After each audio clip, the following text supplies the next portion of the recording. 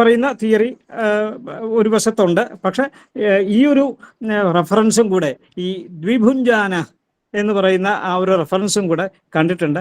അപ്പോൾ ആഹാര സമയത്തിൽ അത് നമുക്ക് പരിശീലിക്കുകയാണെങ്കിൽ സ്വാഭാവികമായിട്ട് ഒരുപാട് രോഗങ്ങളെ പ്രിവെൻറ്റ് ചെയ്യാനും നമുക്ക് രോഗം വന്നതിനെ ഇല്ലാണ്ടാക്കാനും സാധിക്കുന്നൊരു ടെക്നിക്കാണ്. മറ്റു ഡോക്ടർമാർക്ക് കണ്ടിന്യൂ ചെയ്യാം. ആയുർവേദത്തിന്റെ ഒരു പ്രത്യേകത തന്നെ അതാണ്. അതായത് ഇപ്പം നമുക്ക് ഇപ്പൊ പുതിയ ഈ നോളജിലൊക്കെ എന്ത് കഴിക്കണം എന്നുള്ളതിന് നല്ല പ്രാധാന്യമുണ്ട്.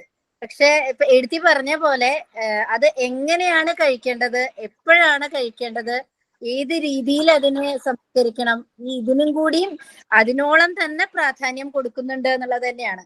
ഈ പറഞ്ഞ പോലെ ആഹാര സമയത്തിന് ഇപ്പോഴത്തെ മോഡേൺ റിസർച്ചിലും ഒരുപാട് കാര്യങ്ങൾ വരുന്നുണ്ട്. കാരണം ഇപ്പൊ നമ്മൾ ഈ ഭക്ഷണം മൂളിക്ക് പലവട്ടം കഴിക്കുന്ന ഒരു ശീലം, അതുപോലെ ജങ്ക് ഫുഡ്സ് ഇടയ്ക്കിടയ്ക്ക് കഴിക്കുന്ന ശീലം ഇന്നത്തെ തലമുറയ്ക്ക് ധാരാളം കാണപ്പെടുന്നുണ്ട്. അവിടെയൊക്കെ പറ്റുന്നത് എന്താ വെച്ചാൽ ഒരു പ്രാവശ്യം ഭക്ഷണം കഴിച്ചിട്ട് അത് മുഴുവൻ ദഹനമാവുന്നതിന്റെ മുമ്പ് അടുത്ത ഭക്ഷണം വരികയാണ്. അത് നമ്മുടെ ആയുർവേദത്തിൽ അതൊരു വിഷമായിട്ടാണ് പറയണത്. ദഹിച്ചതും ഒട്ടും ദഹിക്കാത്തതും ഫ്രഷ് ആയിട്ടുള്ളതുമായിട്ടുള്ള ഭക്ഷണം കലർന്നാൽ വിഷസദൃശമായിട്ടുള്ള സാധനങ്ങൾ വരും എന്നാണ് പറയുന്നത്. അത് തന്നെയാണ് ഇപ്പത്തെ ഈ ഫാറ്റിലെ ട്രാൻസ് ഫാറ്റ് എന്നൊക്കെ പറഞ്ഞിട്ടുള്ള കുറെ സാധനങ്ങളുണ്ട്. അതാണ് ഈ പ്രധാനമായിട്ട് ഉണ്ടാക്കുന്നതിനും അതുപോലെ സ്ട്രോക്കിലേക്ക് പോകുന്നതും ജീവിതശൈലി രോഗങ്ങൾ ഉണ്ടാക്കുന്നതും. ഇതൊക്കെ ഈ പറഞ്ഞ പകുതി ദഹിച്ചതും ദഹിക്കാത്തതുമായി ശരിയായി ആ ദഹനം പൂർണ്ണമാകുന്നില്ല. അപ്പോ ഇത് വളരെ പ്രധാനപ്പെട്ട ഒരു കാര്യം തന്നെയാണ് എഴുതി പറഞ്ഞത്. നമ്മുടെ ശ്രദ്ധ അതിൽ വന്നില്ല സത്യം പറഞ്ഞാൽ. അത് ഭയങ്കര പ്രധാനപ്പെട്ട കാര്യമാണ്. ഈ ദഹനം പൂർത്തിയാവാതെ അടുത്ത ഭക്ഷണം ചെല്ലുക എന്ന് പറയുന്നത്. അതിനാണ് നേരത്തെ ഡോക്ടർ പറഞ്ഞു അതിന്റെ ദഹിച്ചു കഴിഞ്ഞു എന്ന് അറിയാനുള്ള നമുക്ക് കുറെ ലക്ഷണങ്ങളുണ്ട്. അത് നോക്കിയിട്ട് മാത്രമേ അടുത്ത ഭക്ഷണം കഴിക്കാവൂ എന്ന് വളരെ സ്ട്രിക്റ്റ് ആയിട്ട് തന്നെ ആയുർവേദത്തിൽ അനുശാസിക്കുന്നുണ്ട്. വളരെ പ്രധാനവുമാണ്. അതുപോലെ തന്നെ അതിന്റെ മാത്രയും, അതുപോലെ തന്നെ ഈവൻ ആയുർവേദത്തില് നമ്മൾ കഴിക്കുമ്പോൾ ഉണ്ടാക്കുന്ന മാനസിക വികാരങ്ങൾക്കും കൂടി പ്രാധാന്യമുണ്ട്. അതായത് നമ്മളിപ്പോ വളരെ ധൃതി പിടിച്ച് ഭക്ഷണം കഴിക്കുക, വളരെ ദേഷ്യത്തോടെ ഭക്ഷണം കഴിക്കുക, അങ്ങനെയൊക്കെയുള്ള ഭക്ഷണം ദഹിക്കില്ല എന്നാ പറയണേ. വളരെ സന്തോഷത്തോടു കൂടി അധികം വർത്തമാനം പറയാതെ, ഇപ്പൊ ഇന്ന് ടി വി കണ്ട് ഭക്ഷണം കഴിക്കലൊക്കെ ഉണ്ടല്ലോ, അവിടെയൊന്നും ദഹനം പൂർണ്ണമാകുന്നില്ല ശരിക്കും പറഞ്ഞു. അപ്പൊ നല്ല മനസ്സോടു കൂടിയും കൂടി വേണം ഭക്ഷണം കഴിക്കാൻ എന്നും കൂടി കുറച്ചും കൂടിയും മുകളിലത്തെ നിലയിൽ തന്നെയാണ് ആയുർവേദത്തെ കുറിച്ച് ചർച്ച ചെയ്യുന്നത്. ഈ പറഞ്ഞതിന് ഇപ്പൊ ഇഷ്ടൈഹി സഹോപഭുജ്യതാം എന്നൊക്കെ നമ്മൾ ശ്രാദ്ധം കഴിഞ്ഞിട്ട് പറയുന്നുണ്ട്. അപ്പം വളരെ ശരിയാണ്. മാനസികമായിട്ടുള്ള സന്തോഷം നല്ല ആൾക്കാരുമായിട്ട് ഒന്നിച്ച്, നമ്മുടെ ബന്ധുക്കളുമായിട്ട് ഒന്നിച്ച് ഭക്ഷണം കഴിച്ചാൽ അത് കൂടുതൽ എഫക്റ്റീവാണ്. താങ്ക് യു എല്ലാവർക്കും. എൻ്റെ ഒരു അനുഭവത്തിൽ നിന്നാണ്. ഞാനൊരു ആസ്മ പേഷ്യൻ്റ് ആയിരുന്നു. അപ്പോൾ കുട്ടിക്കാലത്ത് തന്നെ അച്ഛനും രാഘവൻ തിരുപ്പാടൊക്കെ എപ്പോഴും പറയും ഭക്ഷണം നേരത്തെ കഴിക്കണം, പകലും ഊണ് കഴിക്കണം, രാത്രി ലേറ്റായിട്ട് കിടക്കണം, ദഹിച്ച് കഴിഞ്ഞിട്ട് കിടക്കാവോ. ആ ഒരു ഭക്ഷണശീലം തന്നെ എൻ്റെ ശ്വാസം മുട്ടൊരു പകുതിയോളം കുറയ്ക്കലുണ്ടായി. അതുകൊണ്ടാണ് ഞാനിത് ഇമ്പോർട്ടൻ്റ് ആയിട്ട് ഇവിടെ പറയാൻ കാരണം. ഒരു സംശയം ചോദിക്കട്ടെ. നമ്മൾ ഇതില് 2 നേരമായിട്ട് ഭക്ഷണം 2 നേരം കഴിച്ചാലും മതി എന്നുള്ളൊരു ഇത് പറഞ്ഞുകൂടാ. അങ്ങനെയാണെങ്കിൽ നമ്മൾ ഏത് സമയമാണ് ആ 2 നേരം എന്നുകൊണ്ട് ഉദ്ദേശിക്കുന്നത്? അതൊന്ന് എന്റെ ശീലം ഞാൻ പറയാം. ഞാൻ ബ്രേക്ക്ഫാസ്റ്റും ലഞ്ചും മാത്രമേ കഴിക്കാറുള്ളൂ. ഞാൻ അത്താഴം കഴിക്കാറില്ല. അത് എത്രത്തോളം വിവാദമൊക്കെ ഉണ്ടാകാം. പക്ഷേ for the last 45-50 years I am maintaining almost 55 to 57 kilos body weight. 57 kilo body weight maintain ചെയ്യുന്നുണ്ട്. രാത്രി ഭക്ഷണം ഒഴിവാക്കും. എന്തെങ്കിലും നല്ല വിശപ്പുണ്ടെങ്കിൽ ഒരു പഴം കഴിക്കും. പിന്നെ ഉച്ചയ്ക്ക് ഞാൻ 3 കൊല്ലമായിട്ട് ചോറുണ്ടുന്നില്ല. ആഴ്ച ഒരു ദിവസമൊക്കെ ചിലപ്പോൾ കഴിച്ചു എന്ന് വരാം, അല്ലെങ്കിൽ ഒരു വിവാഹത്തിന് പോകുമ്പോൾ കഴിച്ചു എന്ന് വരാം. സ്വതവേ നാഗാർജുനയിൽ ഹോസ്പിറ്റലാണെങ്കിൽ കിനോവ ആണ് ഞാൻ കഴിക്കുന്നത്. അപ്പം ഒരു പിടി കിനോവും ബാക്കി വെജിറ്റബിൾസും. നമുക്ക് എല്ലാ അസുഖങ്ങളും മാറ്റി നിർത്താൻ സാധിക്കും. അമിതമായിട്ടുള്ള നമ്മളുടെ ഈ ചോറ് കഴിക്കൽ മലയാളികളുടെ ഒരു വലിയ ശീലമാണ്. അത് കഴിയുന്നത്ര കുറയ്ക്കണം എന്നാണ് ഞാനിപ്പം പുതിയതായിട്ട് മനസ്സിലാക്കി വരുന്നത്. വളരെ സന്തോഷം. ഒരു സംശയം കൂടി നമ്മൾ അങ്ങനെയും കേൾക്കണ്ടായില്ല. കാരണം നമ്മൾ അത്താഴം എന്തെങ്കിലും ഒന്ന് കഴിച്ചില്ലെങ്കിൽ അത്രയും പിന്നെ നമ്മൾ രാവിലെ കഴിക്കുള്ളൂ. അപ്പൊ അത്രയും സമയം അത്താഴം അത്തിപ്പഴത്തോളം ഒന്നും കേട്ടിട്ടുണ്ട്. അപ്പൊ അത് അത്താഴം നിർബന്ധമില്ല എന്നാണോ? അങ്ങനെ ഒരു എൻ്റെ ഒരു ശീലം ഞാൻ പറഞ്ഞു എന്നേ ഉള്ളൂ. എനിക്ക് ഇതുവരെ കുഴപ്പമൊന്നും ഉണ്ടായില്ല. പക്ഷെ എന്തെങ്കിലും കഴിക്കും കേട്ടോ. ഇപ്പം ഞാൻ ചിലപ്പോൾ ഒരു പഴം കഴിച്ചു എന്ന് വരാം, അല്ലെങ്കിൽ ഒരു ആപ്പിൾ കഴിച്ചു എന്ന് വരാം, നല്ല വിശപ്പുണ്ടെങ്കിൽ. പക്ഷെ സ്ഥിരമായിട്ട് നമ്മൾ ദോശ, ഇഡ്ഡലി ഇതൊക്കെ പൂർണ്ണമായിട്ട് ഒഴിവാക്കുകയാണ് ഞാൻ ചെയ്തിട്ടുള്ളത്. പ്രതിവട്ട, ഞാൻ ഒന്നും കൂടി ആഡ് ചെയ്യട്ടെ. ആയിക്കോട്ടെ. ഈ 2 നേരത്തെ ഭക്ഷണം എന്ന് പറയുന്നത് ഞാൻ കേട്ടെടുത്തോളം ഭക്ഷണം കഴിക്കുന്നത് രാവിലെ ഒരു 8 മണി ആ സമയത്ത് കഴിക്കുക, അതേപോലെ വൈകുന്നേരം സന്ധ്യയ്ക്ക് മുമ്പേ, സൂര്യൻ അസ്തമിക്കുന്നതിന് മുമ്പേ കഴിക്കുക. അങ്ങനെ 2 തരത്തിലാണ് ഞാൻ കേട്ടിട്ടുള്ളത്. അതൊന്ന് വിശദീകരിച്ചാൽ കൊള്ളാം. കാരണം പറഞ്ഞു കേട്ടിട്ടുണ്ടെന്ന് വെച്ചാൽ ഇപ്പൊ ആരോ അങ്ങനെ പറഞ്ഞാണ് ഭക്ഷണം കഴിക്കുന്നതിന് ഈ സൂര്യനുമായിട്ട് ഭക്ഷണമായിട്ട് ഒരു ബന്ധമുണ്ട്, അതുകൊണ്ട് സൂര്യൻ അസ്തമിക്കുന്നതിന് മുമ്പേ ഭക്ഷണം കഴിക്കണം എന്നിങ്ങനെ പറഞ്ഞു. അതൊന്ന് ക്ലാരിഫൈ ചെയ്യാം. അപ്പം നമ്മൾ ബ്രേക്ക്ഫാസ്റ്റ് ഇപ്പോൾ 8 മണിക്ക് കഴിച്ചാൽ പ്രായോഗികമായിട്ട് നമുക്ക് 2 മണിക്ക് ഭക്ഷണം കഴിക്കാനാണ് സാധിക്കുക. അല്ലെങ്കിൽ ഇതെല്ലാം ചൂടാറിപ്പോവും. നമുക്കിപ്പോൾ പാചകം ചെയ്യുന്നപ്പോൾ വീട്ടിലൊക്കെ ആണെങ്കിലും, ഇനിയിപ്പോൾ നമ്മളൊരു വേറൊരു സ്ഥലത്താണെങ്കിലും, ജോലി സ്ഥലത്താണെങ്കിലും ഒക്കെ ഒരുപാട് താമസിക്കാൻ വയ്യ എന്നുള്ളത് കൊണ്ട് നമ്മൾ 8 മണിക്ക് ബ്രേക്ക്ഫാസ്റ്റ് കഴിച്ചാൽ 2 മണിക്ക് ആഹാരം ഞാൻ കഴിക്കുന്നു, പിന്നെ ഞാൻ കഴിക്കുന്നില്ല. കുറച്ചുകൂടി നമുക്ക് വേണമെങ്കിൽ ഇപ്പം അജിത് സാർ പറഞ്ഞ പോലെ കുറച്ച് നീട്ടാം. ഒരു 4 മണി വരെ നമുക്കത് വിസ്റ്റാൻഡ് ചെയ്യാൻ സാധിക്കുമെങ്കിൽ കുറച്ചുകൂടെ ഐഡിയലായി. അതുകൊണ്ടാണ് ഞാൻ നേരത്തെ പറഞ്ഞത് പിന്നെ 8 മണിക്കൂർ പകൽ ഫാസ്റ്റ് ചെയ്യുക എന്ന് പറയുന്നൊരു തിയറി. ഇപ്പം എൻ്റെ ഏട്ടൻ ഡോക്ടർ ഈശ്വരൻ നമ്പൂരി അശ്വിനി ഹോസ്പിറ്റൽ ഡോക്ടറാണ്. അപ്പോൾ അദ്ദേഹം ഇതിനെപ്പറ്റി ഒരു പഠനം പറയുകയുണ്ടായി. 8 മണിക്കൂർ ഫാസ്റ്റ് ചെയ്ത്, അദ്ദേഹത്തിൻ്റെ സ്വന്തം അനുഭവത്തിലും 8 മണിക്കൂർ ഫാസ്റ്റ് ചെയ്ത്, പകൽ 8 മണിക്കൂർ ഫാസ്റ്റ് ചെയ്താൽ ഷുഗർ നന്നായിട്ട് കുറഞ്ഞു. പ്രീ ഡയബറ്റിക് ആയിരുന്നു ഏട്ടൻ. അപ്പം ഏട്ടൻ പ്രീ ഡയബറ്റിക് ആയപ്പോൾ ഈ 8 മണിക്കൂർ ഫാസ്റ്റിങ്ങും 3 ലിറ്റേഴ്സ് വാട്ടറും കുടിച്ച് ഇപ്പം മെഡിസിൻ ഒന്നും കഴിക്കുന്നില്ല, മെറ്റ്ഫോമിനൊന്നും കഴിക്കുന്നില്ല. അപ്പം നമുക്ക് അങ്ങനെ കൺട്രോൾ ചെയ്യാൻ പറ്റും. ഈ 8 മണിക്കൂർ ഫാസ്റ്റിങ്ങും 3 ലിറ്റേഴ്സ് വാട്ടറും കൊണ്ട് പ്രീ ഡയബറ്റിക്കിനെ ചികിത്സിക്കുന്ന ഒരു രീതി പലയിടത്തും ഇപ്പോൾ കാണുന്നു. അപ്പോൾ ഇങ്ങനെ മതി. രാജ് സാർ പറഞ്ഞ പോലെ 4 മണിയാക്കാൻ പറ്റിയാൽ കുറച്ചുകൂടെ ഐഡിയലായി. പിന്നെ ഞാൻ ചെറിയൊരു കാര്യം പറയട്ടെ. ഇത് മറ്റു ഡോക്ടർമാരുടെ അറിവിലേക്കല്ല, മറ്റ് പ്രേക്ഷകരുടെ കൂടെ അറിവിലേക്ക്. ഈ തരത്തിലുള്ള കാര്യങ്ങൾക്കൊക്കെ 2 നേരം എന്ന് പറയുന്നത് ഏത് വേണം, അല്ലെങ്കിൽ എത്രമാത്രമാണ് ശരി, ഇതിലൊന്നും ഒരു 1 സ്റ്റോപ്പ് സൊല്യൂഷൻ ഉണ്ട് എന്ന് എനിക്ക് തോന്നുന്നില്ല. കാരണം എന്താന്ന് വെച്ച് കഴിഞ്ഞാല് ഓരോരുത്തരുടെയും അന്നകാലം എന്ന് പറയുന്നത്, ഭക്ഷണാഹാരം കഴിക്കേണ്ട കാലം എന്ന് പറയുന്നത് അവരവരുടെ അഗ്നി, നേരത്തെ ചർച്ചയിൽ വന്നൊരു കാര്യമാണ്, അവരവരുടെ അഗ്നിയുടെ ബലത്തിനനുസരിച്ചിട്ടാണ്. ഈ അഗ്നിബലം എന്താണെന്ന് ഒരു വൈദ്യന്റെ സഹായത്തോടു കൂടിയോ മറ്റോ തിരിച്ചറിഞ്ഞ് അവനവന്റെ അന്നകാലം കണ്ടെത്തുകയും കാലത്തിനനുസരിച്ചും നമ്മുടെ ശീലത്തിനനുസരിച്ചും ഒക്കെ അതിൽ വേണ്ടുന്ന മാറ്റങ്ങൾ അതൊരു ഡൈനാമിക് ആയിരിക്കണം എന്നാണ് എനിക്ക് തോന്നുന്നത്. എല്ലാത്തിനും ഒരേ തരത്തിലുള്ള ഒരു ഫിക്സഡ് സൊല്യൂഷൻ ചിലപ്പോൾ ഉണ്ടായിക്കൊള്ളണം എന്നില്ല. കാരണം വിന്ററിൽ ഉണ്ട പോലെയല്ല സമ്മറിൽ നമ്മുടെ അഗ്നി, അതിന് മാറ്റങ്ങൾ സംഭവിക്കുന്നുണ്ട്. അപ്പൊ അതുകൊണ്ട് തന്നെ കാലത്തിലും ഒക്കെ ഇപ്പൊ സൂര്യന്റെ കാര്യം അജിത് സാർ സൂചിപ്പിച്ചത് വളരെയധികം സവിശേഷമായ ശ്രദ്ധ വേണ്ട കാര്യമാണ്. കാരണം നമ്മുടെ മുന്നിൽ എല്ലാത്തിനും സാക്ഷിയായി നിൽക്കുന്ന ഒരാൾ സൂര്യനാണ് എല്ലാ സമയത്തും. അപ്പൊ അതുകൊണ്ട് തന്നെ സർവ്വചരാചരങ്ങളിലും അതിൻ്റെ ഒരു ഇൻഫ്ലുവൻസ്, അത് നമ്മളിപ്പോ സസ്യാഹാരത്തിലായാലും ജീവജാലങ്ങളിലായാലും എല്ലാത്തിലും അതിൻ്റെ ഒരു പ്രഭാവം ഉണ്ട് എന്നുള്ളത് കൊണ്ട് പലപ്പോഴും അന്നകാലത്തിന് നമ്മൾ സൂര്യനെ ഒരു ഇൻഡിക്കേറ്ററായി കണക്കിലെടുക്കാൻ പൂർവ്വസൂരികൾ തുടങ്ങി എന്ന് വേണം നമ്മൾ വിചാരിക്കാൻ.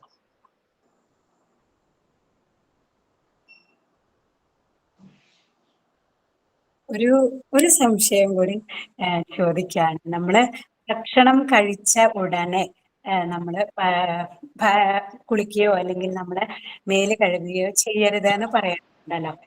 അങ്ങനെ കേൾക്കാറുണ്ട്, പറയാറുണ്ട്. അത് ഈ അഗ്നിയെ ബാധിക്കും എന്നുള്ളത് കൊണ്ട് തന്നെയാണ്. അതെ അതെ, തീർച്ചയായിട്ടും സ്നാനം എന്ന് പറയുന്നത് ദീപനമാണ് എന്നാണ് പറയുക. കാരണം കുളി കഴിഞ്ഞാലാണ് നമ്മുടെ വിശപ്പിനൊക്കെ കുറച്ച് ബലം കിട്ടുക, അഗ്നിക്കൊക്കെ കുറച്ച് ഊർജ്ജസ്വലത കിട്ടുക. അങ്ങനെ കുളിച്ചു കഴിഞ്ഞ് ഭക്ഷണം കഴിക്കുമ്പോൾ ആ കഴിക്കുന്ന ഭക്ഷണം ദഹിക്കാൻ എളുപ്പമുണ്ട്. അപ്പൊ നമ്മളിപ്പോ ഈ നേരത്തെ ആരോ ചോദിച്ച പോലെ പുളിച്ചു തേട്ടലൊക്കെ ഉണ്ടാവുമ്പോൾ അത് ദഹനത്തിന്റെ പ്രശ്നമാണോ അഗ്നിയുടെ പ്രശ്നമാണോ എന്നൊക്കെ ചോദിച്ച പോലെ അതിനൊക്കെയുള്ള ഒരു പരിഹാര മാർഗമാണ്, അതിനൊക്കെയുള്ള ഒരു സ്വാഭാവികമായ പ്രതിരോധ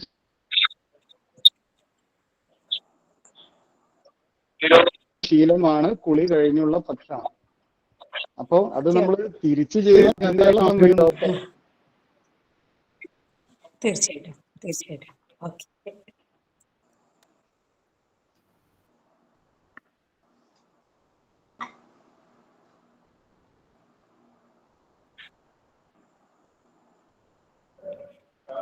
ഒരു സംശയം ചോദിക്കട്ടെ? വെജിറ്റേറിയൻസിന്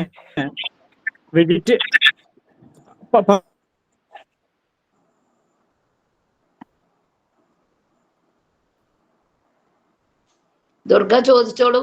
ദുർഗ.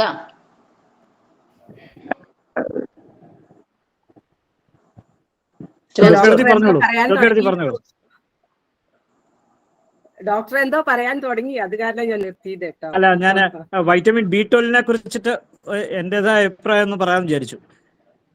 വൈറ്റമിൻ B12 പിന്നെ വെജിറ്റേറിയൻസിന് കിട്ടില്ല എന്ന് അങ്ങനെ ഒരു അല്ലെങ്കിൽ കുറവായിരിക്കും എന്നുള്ള തിയറി വളരെ പ്രസക്തമാണ്, പ്രശസ്തവുമാണ്. പക്ഷേ വൈറ്റമിൻ B12 നമ്മൾ കഴിക്കുന്ന ഇപ്പം എന്താ പാല്, നെയ്യ്, ഇതിൽ നിന്നൊക്കെ ഉള്ളൊരു സോഴ്സ് പറയുന്നു. അതുകൂടാണ്ട് ഇഡ്ഡലി, ദോശ മുതലായിട്ടുള്ള പുളിപ്പിച്ച ഐറ്റംസിൽ നിന്ന് വൈറ്റമിൻ B12 കിട്ടുന്നുണ്ട്. പിന്നെ മറ്റൊന്ന് ഈസ്റ്റ് നമ്മളങ്ങനെ അധികം കഴിക്കാറില്ല. പക്ഷെ എന്നാലും ഈസ്റ്റ് കൊണ്ടുണ്ടാക്കുന്ന ഈ പിന്നെ പുളിപ്പിക്കുന്ന വസ്തുക്കളിൽ വൈറ്റമിൻ B12 ഒരു സാന്നിധ്യം. പിന്നെ ഞാൻ മറ്റൊന്നുള്ളത്, ഞാൻ ഗോപാലകൃഷ്ണൻ സാറിൻ്റെ ഒരു പുസ്തകത്തിലും പ്രസംഗത്തിലും കേട്ടിട്ടുള്ളതാണ്. നമ്മുടെ ലിവറിന് വൈറ്റമിൻ B12 വളരെ വർഷങ്ങളോളം ഒരു ഈ 15 കൊല്ലം 20 കൊല്ലം 15 കൊല്ലത്തേക്കുള്ള വൈറ്റമിൻ B12 3 ഗ്രാമോ 2 ഗ്രാമോ 3 ഗ്രാമോ ലിവറിൽ സംഭരിച്ചു വെക്കാനുള്ള അപാരമായ കഴിവുണ്ടത്രേ. അപ്പം അത് വളരെ മൈന്യൂട്ടായിട്ട് നമുക്ക് പെർ ഡേ യൂസ് ഉള്ളൂ. അപ്പോൾ അത് നമ്മുടെ മെറ്റബോളിസവും റിവേഴ്സ് മെറ്റബോളിസവും ഒക്കെ വഴി അത് ബോഡിയിലോട്ട് അബ്സോർബ് ആയിക്കൊണ്ടിരിക്കും. അപ്പം സസ്യാഹാരികൾക്ക് B12 കുറഞ്ഞിട്ട് ഒരു രോഗമുണ്ടാവും എന്നൊന്നും മുഴുവനായിട്ട് ചിന്തിക്കാൻ വയ്യാന്നർത്ഥം. പ്രത്യേകിച്ച് വെജിറ്റേറിയൻസിന് ഒട്ടും തന്നെ അത് പ്രസക്തം ആയി കാണുന്നില്ല. നമുക്ക് കിട്ടുന്നുണ്ട് എന്നർത്ഥം, പിന്നെ വൈറ്റമിൻ B12 കിട്ടുന്നുണ്ട് എന്നൊരു പഠനവും ഞാൻ മനസ്സിലാക്കിയിട്ടുണ്ട്. പിന്നെ ഞാനിതെല്ലാം കമ്പയർ ചെയ്താലുള്ളത് 3000 കിലോ വെയിറ്റുള്ള ആനയുടെ കഥയാണ്. അതിന് ഓസ്റ്റിയോപൊറോസിസ് ഉണ്ടാവാറില്ല. എന്തുകൊണ്ട്? അതിന് ആനകൾക്ക് ഇതുപോലെ ഡെഫിഷ്യൻസീസ് ഒന്നും ഉണ്ടാവാറില്ല. അപ്പോൾ പ്രകൃതിയിൽ ഇതിന് മുഴുവൻ ഒരു വലിയൊരു സംവിധാനമുണ്ട്. ആ സംവിധാനത്തെ നമ്മൾ പൂർണ്ണമായിട്ട് മനസ്സിലാക്കി കഴിഞ്ഞാൽ നാച്ചുറൽ ഹീലിംഗ് സിസ്റ്റം അല്ലെങ്കിൽ നാച്ചുറൽ മെയിൻറ്റെയിനിങ് സിസ്റ്റം വർക്ക് ചെയ്യുന്നുണ്ട്. അത് തന്നെയാണ് ഏറ്റവും വലിയ ബലവും. അപ്പം അങ്ങനെ ചിന്തിക്കുമ്പം വെജിറ്റേറിയൻസിന് ഒന്നും ഡെഫിഷ്യൻസി ഉണ്ടാകാനുള്ള ഒരു സാഹചര്യമില്ല. പിന്നെ ഇവിടെ ഡോക്ടർ ഷീബ ശ്രീനിവാസ് അല്ലേ, ഷീബ ഡോക്ടർ പറഞ്ഞു, വളരെ ശരിയാണ്, വൈറ്റമിൻ B12 ഒരു പ്രശ്നമുണ്ട്. പക്ഷെ അത് എനിക്ക് കിട്ടുന്നു എന്ന് തന്നെയാണ് ഞാൻ മനസ്സിലാക്കിയിരിക്കുന്നത്. കൂടുതൽ ഡോക്ടർമാർക്ക് ആഡ് ചെയ്യാം.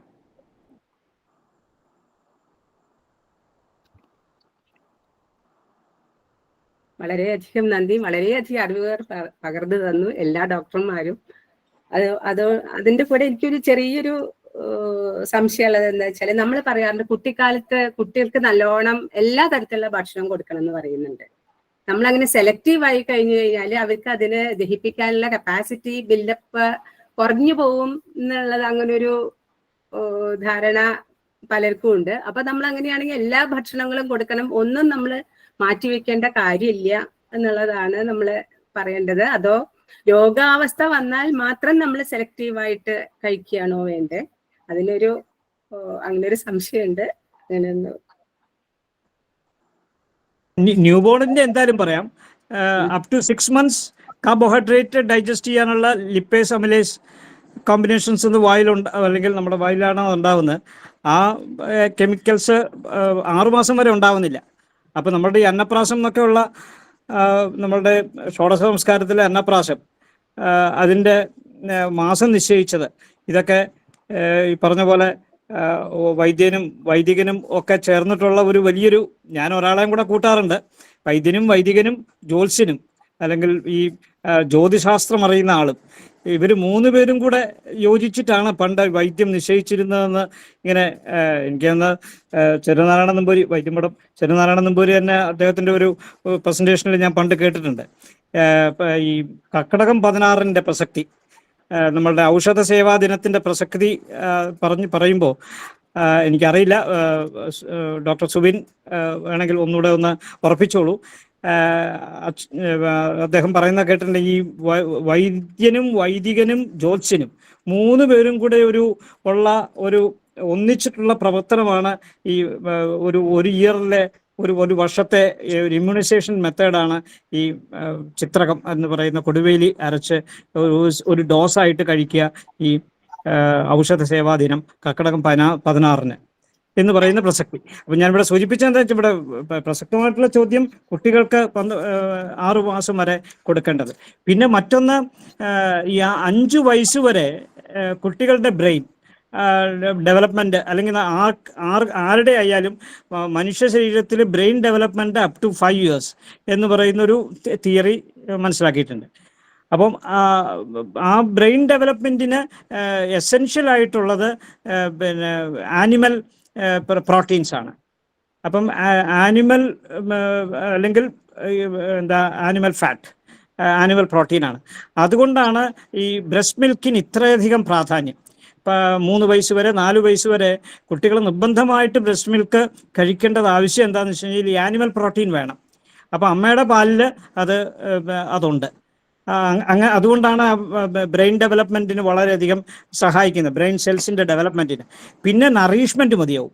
നറീഷ്മെൻറ്റിന് പാൽ അത്ര എണ്ണം പ്രസക്തി ഇല്ല താനും.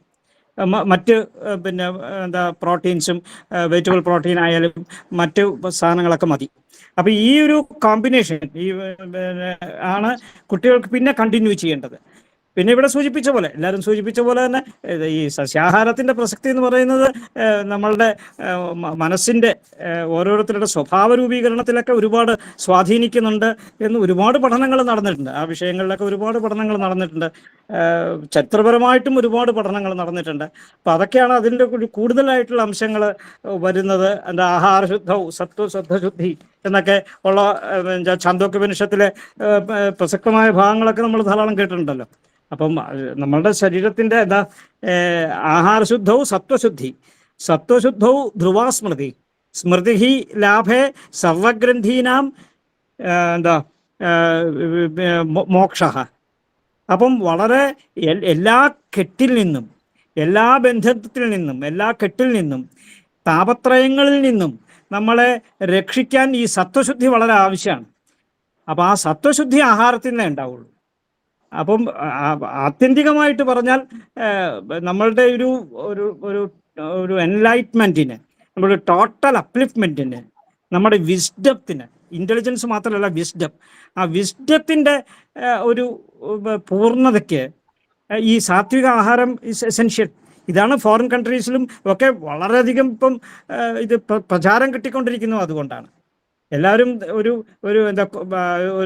ഒരു പടി അപ്പുറം ചിന്തിച്ചിട്ട് ആണ് ഇനി മുന്നോട്ട് പോയിക്കൊണ്ടിരിക്കുന്നത്. AI കാലമൊക്കെ ആണല്ലോ, ആർട്ടിഫിഷ്യൽ ഇൻ്റലിജൻസിൻ്റെ കാലമൊക്കെ ആണല്ലോ. മനുഷ്യനും വളർന്നേ പറ്റൂ. വളരാൻ നമ്മളുടെ ഈ സനാതന ധർമ്മത്തിലെ ഇത്തരം വിഷയങ്ങൾ വളരെയധികം പ്രസക്തമാണ്. വളരെ നന്ദി ഡോക്ടർ, വളരെ സന്തോഷം. എനിക്കൊരു ഡൗട്ടുണ്ട്. ഡോക്ടർ കൃഷ്ണൻ നമ്പൂതിരിയോടാണ്. ഡോക്ടർ ഉറക്കെ പറഞ്ഞോളൂ. ഇപ്പൊ കേൾക്കാമോ? കേൾക്കാം. ആയുർവേദത്തില് ഈ ലിറ്റിൽ മില്ലറ്റ്സിനെ കുറിച്ച് എന്താണ് പറയുന്നത്? ഇപ്പം മില്ലറ്റ്സിന്റെ ഒരു ഇതിനെ കുറിച്ചൊക്കെ ഒരുപാട് കേൾക്കുന്നുണ്ട്, അതുകൊണ്ട്. അതെ, ഈ പണ്ട് ഇത് കൊടുത്തിരുന്ന പശുക്കൾക്കാണ് അല്ലെ, സാധാരണ ചാമയും ചോളവും ഒക്കെ കൊടുത്തിരുന്നത് പശുക്കൾക്കാണ്. ഇതില് ടെക്സ്റ്റുവൽ റെഫറൻസ് വളരെ നന്നായിട്ട്, എന്നെക്കാൾ നന്നായിട്ട് ഐസ് സാർ പറയും. പക്ഷെ രാഗി, ഈ മുത്താറി, എന്താ കഞ്ഞിപ്പുല്ല്, ഇതാണ് ഒരു ടൈപ്പ് ഓഫ് പിന്നെ ഈ മില്ലറ്റ്സ് വരുന്നത്. മറ്റൊന്ന് ബാജ്ര, കമ്പം, പിന്നെ പേൾമിറ്റ് എന്ന് പറയുന്ന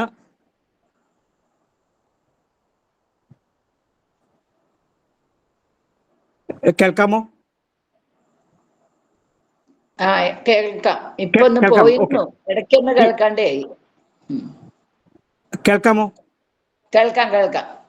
അപ്പം പിന്നെ തിന എന്ന് പറയുന്ന ഈ ഫോക്സ് ടൈൽ എന്ന് പറയുന്ന സാധനം, പിന്നെ ചോളം, മെയ്സ് എന്ന് പറയുന്ന സാധനം, പിന്നെ വരക്, പിന്നെ ചാമ. ഇതിൽ കുട്ടികൾക്കൊക്കെ നമ്മൾ പലതും കൊടുക്കാറുണ്ട് ഇതിൽ. പിന്നെ കവടപ്പുല്ല്, ഈ ഇന്ത്യൻ ബോഡിയാർ എന്ന് പറയുന്ന കവടപ്പുല്ല്, പിന്നെ എന്താ ബ്രൗൺ ടോപ്പ് എന്ന് പറയുന്ന വേറൊരു മില്ലറ്റ്. ഇങ്ങനെ ഒരു 7 തരം മില്ലറ്റുകളാണ് എന്താ സാധാരണമായിട്ട് പ്രയോഗിച്ചിരിക്കുന്നത്. 2023 ഒരു മില്ലറ്റ് വർഷമായിട്ട്, അന്താരാഷ്ട്ര മില്ലറ്റ് വർഷമായിട്ട് നമ്മൾ ആഘോഷിച്ചു. ഈ ചെറുധാന്യങ്ങളുടെ വർഷമായിട്ട് തന്നെ നമ്മൾ ആചരിച്ചു. പിന്നെ അപ്പം പറയേണ്ടതെന്ന് വെച്ചാൽ ചെറുതല്ല ഈ ചെറുധാന്യം എന്ന് പറയുന്നത് വളരെ പ്രസക്തം തന്നെയാണ്, വളരെ ഇമ്പോർട്ടൻ്റ് ആണ്, വളരെ നമുക്ക് ഈ പറഞ്ഞ പോലെ റിച്ച് ഇൻ ഫൈബർ, ഒരുപാട് എന്താ ഇൻസോളബിൾ ഫൈബർ റിച്ച് ആയിട്ടുള്ളതാണ് ഈ ചെറുധാന്യങ്ങൾ. ഇതിനെപ്പറ്റിയൊക്കെ ആയുർവേദത്തിൽ പറയുന്നുണ്ട്. ഇപ്പോൾ എന്താ അന്നസ്വരൂപത്തിലും ഒക്കെ തന്നെ ഇതിൻ്റെ സൂചനകൾ പറഞ്ഞു പോകുന്നുണ്ട്. ഇതിനെപ്പറ്റി പഠനങ്ങൾ ആയുർവേദത്തിൽ പല ഭൈഷജ്യരത്നാവലി പോലുള്ള പിന്നെ പുസ്തകങ്ങളിൽ പറഞ്ഞിട്ടുണ്ട്. പക്ഷെ എൻ്റെ എക്സാക്ട് റെഫറൻസുകൾ ഞാൻ പറയാൻ അസക്തനാണ്. പക്ഷെ ഇതെല്ലാം നമ്മളുടെ സംസ്കാരത്തിലുണ്ട്. നമ്മൾ കഴിക്കുന്നത് വളരെ നല്ലതാണ്. ധാരാളം ഫൈബർ റിച്ചാണിത്. നമുക്ക് എന്താ ടമ്മി, വയറ് കൂടുക എന്നുള്ളതാണല്ലോ പ്രധാനപ്പെട്ട ഒരു സംഭവം. നമുക്കൊക്കെ ഈ മെറ്റബോളിക് ഡിസോർഡേഴ്സ് വരുമ്പം വയറിങ്ങനെ തള്ളി വരിക, കുടവയറ്, കുംഭ. അപ്പം അത് ഉണ്ടാവാതിരിക്കാൻ നമുക്ക് വളരെയധികം സഹായിക്കും ഈ ചെറുധാന്യങ്ങൾ ഉപയോഗിച്ച് കഴിഞ്ഞാൽ. പിന്നെ കൊളസ്ട്രോളും അമിതമായിട്ട് ഉണ്ടാവാതിരിക്കാൻ ചെറുധാന്യങ്ങൾ സഹായിക്കും. ഇതൊക്കെയാണ് ഞാൻ ഇതിനെപ്പറ്റി ഒന്ന് ജനറലായിട്ട് ഒന്ന് മനസ്സിലാക്കി വെച്ചിരിക്കുന്നത്. കൂടുതൽ ഐത് സാറും ഒക്കെ ഒന്ന് സൂചിപ്പിക്കും. ശരിയാണ് ശ്രീപട്ട. ഈ മുദ്ഗാദി വർഗം എന്ന് പറയുന്ന ശിംബിധാന്യ വർഗത്തിൽപ്പെട്ട ആണ് ഈ ചെറിയ മില്ലറ്റ്സ്. ഏറ്റവും കൂടുതൽ ഇപ്പോൾ ആൾക്കാർ പ്രയോഗിച്ചുകൊണ്ടിരിക്കുന്നതും മില്ലറ്റ്സിലാണ്. മില്ലറ്റ്സ് കഴിക്കുമ്പോൾ ഇതേപോലെ ഏട്ടൻ പറഞ്ഞ പോലെ പല രീതിയിലുള്ള ഗുണങ്ങളും ഉണ്ട്. കൊളസ്ട്രോൾ കുറയും, വയറ് കുറയും, അതേപോലെ ആരോഗ്യം മെച്ചപ്പെടും, ഇമ്മ്യൂണിറ്റി കൂടും, അങ്ങനെ പല പല രീതിയിലാണ്. അപ്പോൾ അതെല്ലാം വിശദമായിട്ട് ഈ അന്നസ്വരൂപ വിജ്ഞാനീയം എന്ന് പറയുന്ന ചാപ്റ്ററിൽ ശിംബിധാന്യം എന്ന് പറയുന്നത് ചെറുപയർ, മുതിര, കടല, അങ്ങനെയുള്ള ഇതാണ്. അതിൻ്റെ കൂടെയാണ് മില്ലറ്റ്സ് എല്ലാം പറയുന്നത്. കൂവരക്, അതേപോലെ തിന, അങ്ങനത്തെ ഇതെല്ലാം. തൃണധാന്യം എന്ന് പറഞ്ഞിട്ടൊരു കാറ്റഗറിയും പറയുന്നുണ്ട്. തൃണധാന്യങ്ങളുടെ തൃണധാന്യങ്ങൾ, അതെ, അതും പറയുന്നുണ്ട്. അതിനകത്ത് വരുന്നുണ്ട് റാഗി, അങ്ങനത്തെ, അതെ, തിന.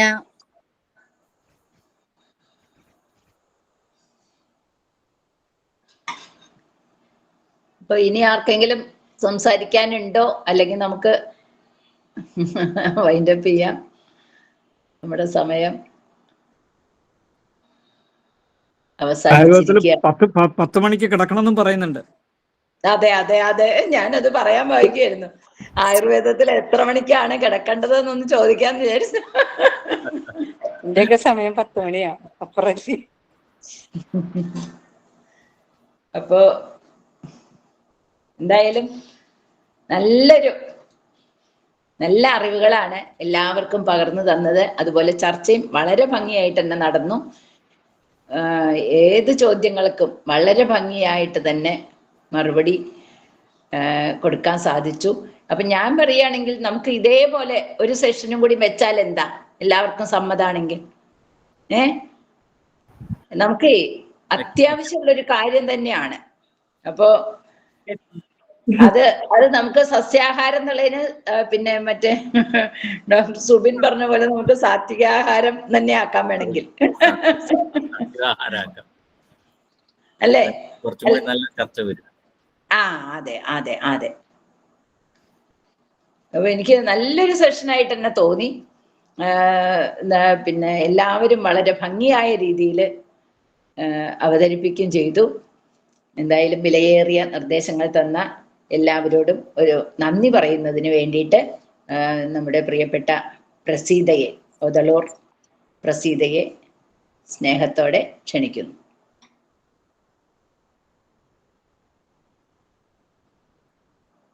എല്ലാവർക്കും നമസ്കാരം.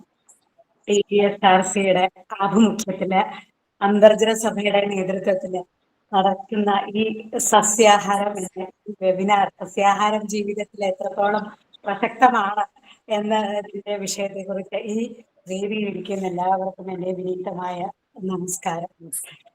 ആദ്യം തന്നെ നമ്മുടെ ഒരു എൻ്റെ മുത്തശ്ശന്റെ ഒക്കെ ഒരു ചിട്ട വെച്ച് നോക്കുമ്പോ അവരുടെ ഒക്കെ നിന്ന് ഒരു 2 തലമുറ മാറിയപ്പോഴേക്കും എത്രത്തോളം ഈ ജീവിത ശൈലിയില് എത്രത്തോളം വ്യത്യാസം വന്നിട്ടുണ്ട്, അതിന്റെ ഒരു പ്രത്യാഘാതങ്ങൾ എന്തൊക്കെയാണ് എന്നുള്ളത് വളരെ കൃത്യമായിട്ട് നമുക്ക് മനസ്സിലാക്കാൻ ഈ ചർച്ചയിലൂടെ സാധിച്ചു. അദ്ദേഹം ജീവിത ശൈലി രോഗങ്ങളെ കുറിച്ച് പ്രത്യേകിച്ച് തന്നെ അദ്ദേഹം പറയുണ്ടായി. ഒരു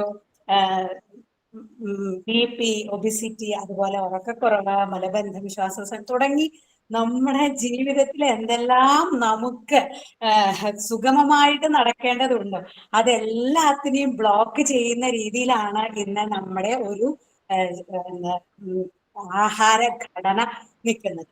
അപ്പൊ ഇതിന് ഒരു സാത്വികമായും രാജസമായിട്ടും താമസമായിട്ടും ഒക്കെ ഗുണങ്ങള് അങ്ങനെ ഭക്ഷണത്തിന് അങ്ങനെ ഒരു ചിട്ടപ്പെടുത്തലുണ്ട് എന്ന് പറയുന്നു. പണ്ട് കാലത്തൊക്കെ ഭരണാധികാരികൾ പോലും ഈ ഒരു ചിട്ടയാണ് ഫോളോ ചെയ്തിരുന്നത് എന്ന് പറയുമ്പോൾ ഒരു ഭരണാധികാരി അത് ഫോളോ ചെയ്യാന്ന് പറയുമ്പോൾ എത്രത്തോളം ആ ഒരു സസ്യാഹാരത്തിനൊരു പ്രസക്തി ഉണ്ട് എന്നുള്ളത് നമുക്ക് വ്യക്തമാവും. ഇന്നിപ്പോ നമ്മൾ അതിനെ അതൊക്കെ ഒരു രണ്ടാന്തരമായി കാണുന്നതിന്റെ ബുദ്ധിമുട്ടുകൾ നമ്മൾ നല്ലോണം അനുഭവിക്കുന്നുണ്ട്. അപ്പോ ഇത്തരത്തിൽ വളരെ സസ്യാഹാരം ആരോഗ്യത്തെ മാത്രമല്ല അതിനൊരു നമ്മുടെ മനുഷ്യനായിരിക്കുമ്പോൾ അതിന് മനുഷ്യത്വം ഉണ്ടാവുക എന്നുകൂടി അതിലുള്ള ഒരു വിഷയമാണ്. അതിനെ കൂടി ഈ ഒരു സസ്യാഹാരം സ്വാധീനിക്കുന്നു എന്ന് അദ്ദേഹം പറയുകയുണ്ടായി. അപ്പോ ശരീരത്തിന്റെ ഒരു ഘടന എന്ന് പറഞ്ഞാൽ സസ്യാഹാരത്തിനാണ് കൂടുതൽ അനുയോജ്യം എന്ന് പറയുന്നു.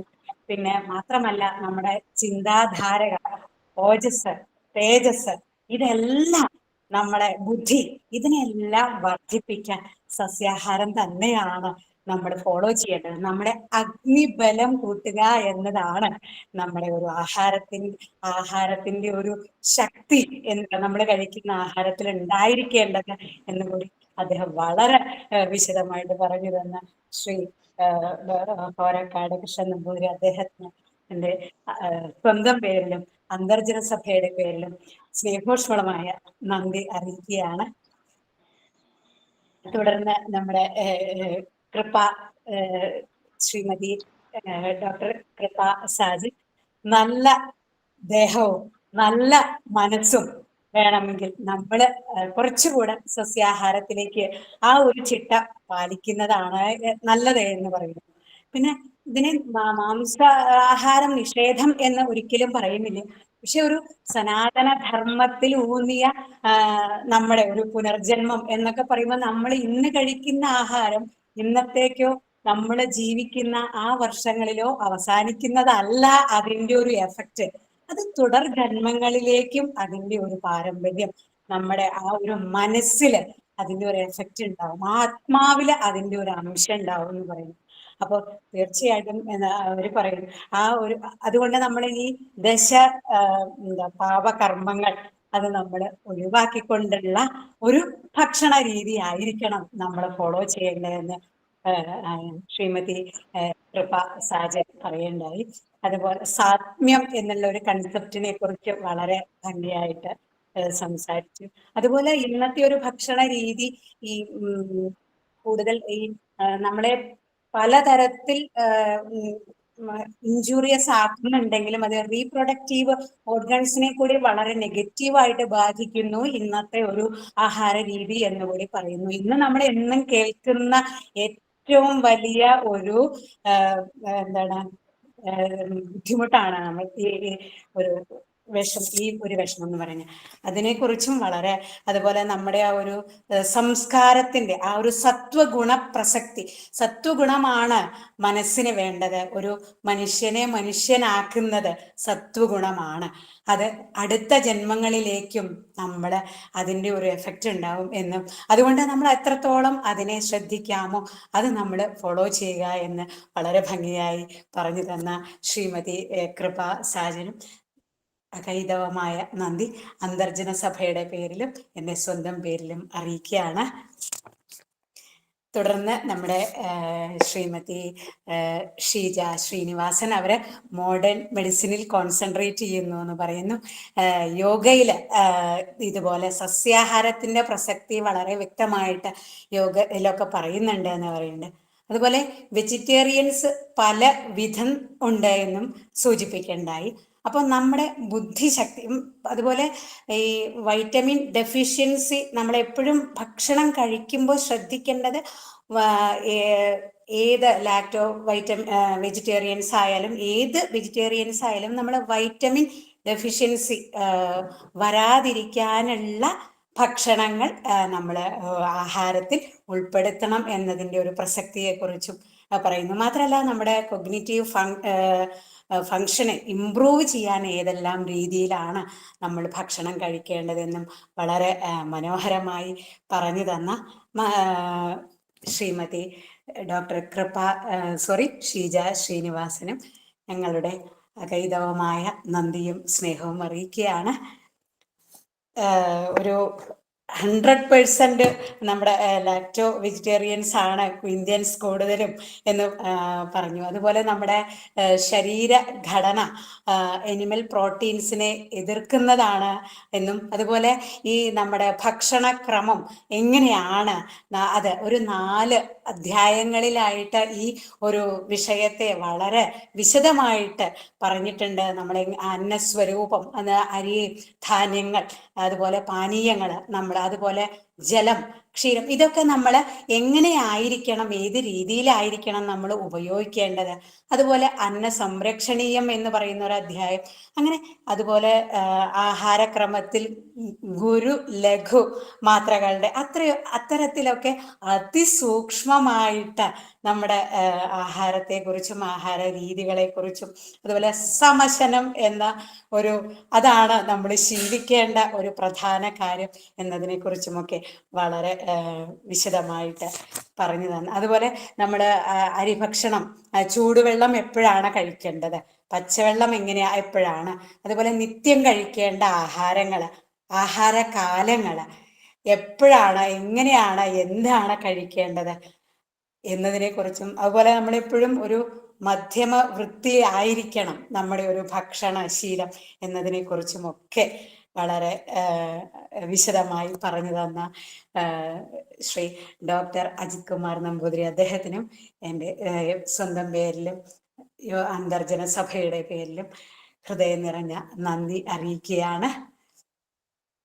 അടുത്തത് നമ്മുടെ ഒരു ശിവപുരാണത്തിലെ ഒരു വരി ഉദ്ധരിച്ചുകൊണ്ടാണ് നമ്മുടെ ശ്രീ ഡോക്ടർ ശ്രീ സുബിൻ വൈദ്യമഠം തുടങ്ങിയത്. അദ്ദേഹം പറയുന്നത് ഒരു നമ്മുടെ സോഷ്യോ കൾച്ചറൽ ഐഡന്റിറ്റി ആണ് നമ്മൾ എന്താണ് കഴിക്കുന്നത് അതാണ് നമ്മുടെ നമ്മൾ എന്ന് പറയുന്നത്. അപ്പൊ നമ്മുടെ പെരുമാറ്റം സമൂഹത്തിലും കുടുംബത്തിലും എല്ലാം നമ്മൾ മനുഷ്യരെല്ലാവരും മനുഷ്യനൊരു സോഷ്യൽ ബീയിങ് ആണല്ലോ. അപ്പോൾ നമ്മുടെ പെരുമാറ്റം തന്നെയാണ് അവിടെ മുഖ്യം. നമ്മൾ സ്വയം നേരെയായാലാണ് നമുക്ക് മറ്റുള്ളവരെ നമ്മോട് ചേർക്കാനായിട്ട് സാധിക്കുള്ളൂ. അപ്പോൾ അതുകൊണ്ട് നമ്മുടെ ഒരു ഐഡന്റിറ്റി കൂടിയാണ് ആ ഒരു ഭക്ഷണം എന്ന് പറയുന്നു. പിന്നെ അതുപോലെ ഈ സസ്യാഹാരം എന്നതിനേക്കാൾ കൂടുതൽ അതിനെ ഒരു സാത്വികാഹാരം എന്നാണ് നമ്മൾ അതിനെ വിശേഷിപ്പിക്കേണ്ടത് എന്ന് പറയുന്നു. പിന്നെ മാത്രമല്ല പല സംസ്കാരങ്ങളും നമുക്ക് ഇന്ന് അന്യം നിന്ന് പോയിട്ടുണ്ട്. നമ്മുടെ സനാതന ധർമ്മം മാത്രമാണ് അതില് ആ ഒരു ചിന്തകളും ശീലങ്ങളും ആചാരങ്ങളും പ്രകൃതിക്ക് അനുകൂലമായിട്ടാണ്, അല്ലെങ്കിൽ പ്രകൃതിയെ അനുസരിച്ചുകൊണ്ട് നിന്നതുകൊണ്ടായിരിക്കണം നമ്മുടെ സംസ്കാരം ഇന്നും തടസ്സങ്ങൾ ഉണ്ടെങ്കിലും ഇന്നും ഇത്ര കാലം കഴിഞ്ഞിട്ടും ഇത് നിൽക്കുന്നത് എന്ന് പറയുന്നു. അതുപോലെ ബ്രാഹ്മണർക്ക് വേണ്ടുന്ന 2 കാര്യങ്ങളാണ് വൈദ്യനും വൈദികനും എന്ന് പറയുന്നു. ആത്മീയമായും ആരോഗ്യപരമായും ഒരു വ്യക്തിയെ ഉയർത്തിക്കൊണ്ടുവരാൻ ഇത് 2ഉം ആവശ്യമാണ്. അപ്പോൾ ഇത്തരത്തിൽ വളരെ സാത്വിക ആഹാരം, സസ്യാഹാരം എന്നതിലുപരി സാത്വിക ആഹാരം എന്നതിലേക്ക് നമ്മുടെ ശ്രദ്ധ കൊണ്ടുപോയ ഡോക്ടർ ശ്രീ സുബിൻ വൈദ്യമഠം, അദ്ദേഹത്തിനും ഞങ്ങളുടെ എൻ്റെ സ്വന്തം പേരിലും അന്തർജന സഭയുടെ പേരിലും സ്നേഹനിർഭരമായ നന്ദി അറിയിക്കുകയാണ്.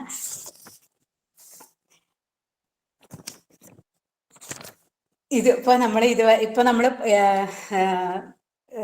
തുടർന്ന് നമ്മുടെ ഈ പ്രാർത്ഥന ചൊല്ലിയ ഈ പരിപാടിയിൽ പ്രാർത്ഥന ചൊല്ലിയ MP രജനി അവർക്കും, അതുപോലെ സ്വാഗതം പറഞ്ഞ ശ്രീമതി സുജാത PN തറമേൽ അവർക്കും എൻ്റെ സ്വന്തം പേരിലും അന്തർജന സഭയുടെ പേരിലുമുള്ള നന്ദി അറിയിക്കുകയാണ്. പിന്നെ നമ്മുടെ ശ്രീമതി വത്സല പണിക്കും വത്സലോപ്പളക്കും ഇതിനെക്കുറിച്ച് നല്ലൊരു ഇൻട്രഡക്ഷൻ, എല്ലാവരെ കുറിച്ചും നല്ലൊരു ഇൻട്രഡക്ഷൻ നൽകിയ വത്സലോപ്പളക്കും ഹൃദയം നിറഞ്ഞ അന്തർജന സഭയുടെ ചെയർപേഴ്സൺ ആയിരിക്കുന്ന വത്സലോപ്പളക്കും സ്നേഹം നിറഞ്ഞ നന്ദി. നമ്മുടെ ഈ ഒരു വെബിനാറിന്റെ എന്താണ് ഇതിലേക്ക് എത്തിയ ഒരു സന്ദർഭം വളരെ ഭംഗിയായിട്ട് പറഞ്ഞു തന്ന ശ്രീമതി വിജയകുമാരി അന്തർജനം വിജയക്കും സ്നേഹം നിറഞ്ഞ നന്ദി അറിയിക്കുകയാണ്. പിന്നീട് നമ്മുടെ ഇതിനൊക്കെ പുറമെ നമ്മുടെ എല്ലാമായ അന്തർജന സഭയുടെ TV SRCയുടെ എല്ലാമായ ശ്രീരാമേട്ടൻ എടക്കഴിപ്പുറം, അദ്ദേഹത്തിനും ഹൃദയം നിറഞ്ഞ നന്ദി. കാരണം ഒരു ചെറിയ 1-2 മെസ്സേജിൽ നിന്നാണ് നമുക്ക് ഇത്രയും ബൃഹത്തായ ഒരു നിഘണ്ടു നമുക്ക് ലഭിച്ചതെന്ന് പറയില്ലേ. കാരണം ഇത്രയും പ്രഗത്ഭരായിട്ടുള്ള ഡോക്ടർമാരെ നമുക്ക് പരിചയപ്പെടാൻ സാധിക്കുക, ഒരുപാട് അറിവുകൾ. കാരണം ബ്രാഹ്മണരാണെങ്കിൽ പോലും നമ്മൾ ഇന്നും ഇതിന്നൊക്കെ കുറച്ച് മാറുന്നുണ്ടോ എന്നല്ല, മാറുന്നുണ്ട് എന്ന് തന്നെയാണ് മനസ്സിലാക്കാൻ കഴിയുന്നത്. അപ്പോൾ അത് മാറണ്ട, നമ്മൾ അതിനെ മുറകെ പിടിക്കുക തന്നെയാണ് വേണ്ടത്. ആര് പറഞ്ഞാലും നമ്മൾ പ്രകൃതിക്കൊപ്പമാണ് ജീവിക്കുന്നത് എന്ന് നമുക്ക് ഉറച്ചു പറയാനുള്ള ഒരു ശക്തി നമുക്ക് ഈ ചർച്ചയിലൂടെ നേടാൻ സാധിച്ചു. വളരെ ഒരുപാട് വ്യക്തിത്വങ്ങളെ, പ്രശസ്തരായ വ്യക്തിത്വങ്ങളെ പരിചയപ്പെടാൻ സാധിച്ചു. എല്ലാവരോടും ഒരിക്കൽ കൂടി ഹൃദയം നിറഞ്ഞ നന്ദിയും സന്തോഷവും അറിയിക്കുന്നു. തുടർന്ന് നമ്മൾ ഇതിൽ നിന്ന് മനസ്സിലാക്കാൻ നമ്മൾ ഒരുപാട് കാര്യങ്ങൾ പഠിച്ചുവെങ്കിലും നമ്മൾ എന്നും സസ്യാഹാരം തന്നെയാണ് നമ്മൾ ഫോളോ ചെയ്യേണ്ടത് എന്നതിൽ ഉറച്ചു നിൽക്കുന്ന ഒരു തീരുമാനത്തിലെത്താൻ തന്നെയാണ് നമ്മളെ ഇത്. ധൈര്യമായിട്ട് സധൈര്യം പറയാം നമുക്ക്. ഇനി വേറൊരാളോട് നമ്മളോട് ചോദിക്കുമ്പോൾ എന്തുകൊണ്ടാണ് സസ്യാഹാരം സെലക്ട് ചെയ്ത്? ബുദ്ധി, തേജസ്, ഓജസ്, ഓർമ്മ, അതുപോലെ എന്താ പറയാ, ഒരു മാനുഷിക മൂല്യങ്ങൾ, വാല്യൂസ് ആണല്ലോ ഇന്നൊന്നും ഇല്ലാത്തത്, ആർക്കും ഇല്ലാത്തത് വാല്യൂസ് ആണ്. ആ വാല്യൂസ് എങ്ങനെയാണ് നമ്മുടെ ഇമോഷൻസ് എല്ലാം. പണ്ടുള്ളവര് ഇപ്പൊ അനങ്ങിയ ദേഷ്യമാണ്, പിണക്കാണ്, എല്ലാവർക്കും അനങ്ങിയ ഭയങ്കര സ്പ്ലിറ്റാണ്. അപ്പൊ ഇതിനൊക്കെ നമ്മുടെ ഓരോ അതിസൂക്ഷ്മമായിട്ടുള്ള ഓരോ തലത്തിനെയും ഈ ആഹാരം സ്വാധീനിക്കുന്നു എന്ന് വളരെ വ്യക്തമായിട്ട് നമുക്ക് മനസ്സിലാക്കാൻ സാധിച്ചു. എല്ലാവരോടും ഇതുപോലെ ഈ സംശയങ്ങൾ വളരെ ഭംഗിയായി ചോദിച്ച കുറേ പേര് ഇതിലെ സംശയങ്ങൾ ചോദിച്ചു. അവർക്കും ഈ ചർച്ചയിൽ പങ്കെടുക്കുന്ന എല്ലാവർക്കും ആരെങ്കിലും വിട്ടുപോയിട്ടുണ്ടെങ്കിൽ ക്ഷമിക്കുക. ഞാൻ എല്ലാവരെയും ഓർത്തെടുത്തു എന്നാണ് ഞാൻ വിശ്വസിക്കുന്നത്. എല്ലാവരോടും ഒരിക്കൽ കൂടി സന്തോഷത്തോടെ, ഇനി ബ്രാഹ്മണനായതിൽ ഇന്ന് അത് നമുക്ക് പറയാണ്ടിരിക്കാൻ പറ്റില്ല. ഈ ബ്രാഹ്മണൻ എന്ന് പറഞ്ഞാൽ ഇവരിങ്ങനെയാണ് എന്ന് പറഞ്ഞാൽ ഞാൻ ബ്രാഹ്മണനാണ്, ഞാൻ സനാതനധർമ്മം ഫോളോ ചെയ്യുന്ന ഒരു വ്യക്തിയാണ് എന്ന് നമുക്ക് ധൈര്യത്തോടെ എപ്പോഴും തല ഉയർത്തി പറയാൻ തീർച്ചയായിട്ടും നമുക്ക് ഈ ചർച്ച ഉപകരിച്ചിട്ടുണ്ട്. എല്ലാവരോടും ഒരിക്കൽ കൂടി നന്ദി പറയുന്നു. സ്നേഹത്തോടെ സ്നേഹോഷ്മളമായ നന്ദി. പങ്കെടുത്തവരോടും ചർച്ചയിൽ പങ്കെടുത്തവരോടും എല്ലാവരോടും ഒരിക്കൽ കൂടി നന്ദി പറഞ്ഞുകൊണ്ട് നിർത്തുന്നു. ശ്രീരാമേട്ടന് വീണ്ടും ഈ ഒരു ചെറിയ ഒരു കൺസെപ്റ്റിനെ ഇത്രയും വലുതാക്കി ഇത്രയും അറിവ് ഞങ്ങളിലേക്ക് എത്തിക്കാൻ സഹായിച്ച ശ്രീരാമേട്ടന് ഒരിക്കൽ കൂടി ഹൃദയം നിറഞ്ഞ സ്നേഹം നിറഞ്ഞ നന്ദി അറിയിച്ചുകൊണ്ട് നിർത്തുന്നു. ഞങ്ങളെ എല്ലാവരെയും അത്ഭുതപ്പെടുത്തിയത് പ്രസീതയാണെന്ന് തോന്നുന്നു. ഇപ്പോൾ അത്ര മനോഹരമായിട്ട് ഈ വെബിനാറിനെ സംക്ഷേപിച്ച് ഇവിടെ പറഞ്ഞതിൽ വളരെ സന്തോഷമുണ്ട്. എനിക്ക് തോന്നുന്നു എല്ലാ അവതാരകർക്കും അത് ഇപ്പൊ തോന്നിയിട്ടുണ്ടാവും. അതിമനോഹരമായിട്ട് അതിനെ സംക്ഷേപിച്ച് പറഞ്ഞതിൽ ഓരോരുത്തരും പറഞ്ഞ പോയിന്റ്സ് ഒക്കെ എഴുതി വെച്ചിട്ടുണ്ട് തോന്നുന്നു. സന്തോഷം പ്രസീത. ഒരു പാരമ്പര്യ കുടുംബത്തിൽ പിറന്ന ആളന്നെയാണല്ലോ അല്ലേ?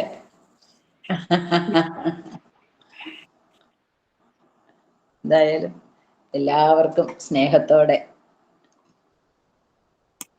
ഒരു ഹാപ്പി ന്യൂ ഇയർ അല്ലെ ആശംസിച്ചുകൊണ്ട് നമുക്ക് അടുത്ത ഒരു ഇതേപോലെയുള്ളതൊന്ന് സംഘടിപ്പിക്കാം എന്ന് ഉറപ്പ് തന്നുകൊണ്ട് നമുക്ക് ശുഭരാത്രി. ശുഭരാത്രി.